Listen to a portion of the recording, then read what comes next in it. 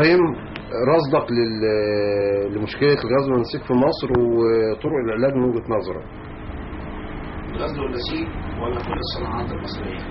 الغزو والنسيج زي المراجل البخارية، زي الحديد والصلب، زي كل المصانع اللي في مصر، زي صناعة الدواء ومصانع الدواء، كلها واحد. إذا في مشكلة عامة كده نتكلم فيها بدون استثناء لأي صناعة من الصناعات. هناك دولة عميقة، الحد في الحد والولد واخد البنت. ده معناه ايه؟ معناه ان الاراضي اللي موجوده في البلد متقسمه.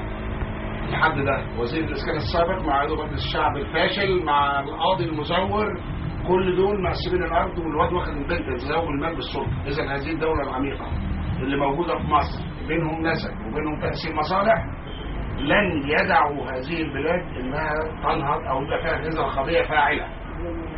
الحل في الأجهزة الرقابية الفاعلة وفي مجلس نواب حقيقي صحيح يراقب ويشرع. يراقب يعني يقطع رقبة كل واحد. تقارير الجهاز المركزي للمحاسبات 120,000 موظف، ما تروحش درجة مجلس الشعب ولا تروح رئيس الجمهورية، تنزل على مجلس الشعب كأفراد يبتدي يحاسب جهة يا عم مجدي معايا ولا لسه؟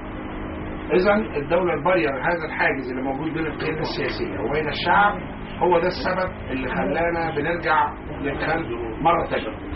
احنا قمنا بالثورات كذا مرة على اساس ان احنا نتخلص من الدولة العميقة دي، ولكنها يعني مجدرة وقوية وبتعزل الناس عن الرئيس، وده شيء واضح وجلي وموجود، وده مش هيتصلح حاله الا اذا كتفنا احنا والقيادة السياسية في ضرب هذه الدولة العميقة علشان نعرف نمشي. الترقية يبقى فاسد وفاسد ويترقى ياخد منصب اعلى. كلما زدت فسادا زدت ترقية ومناصبا.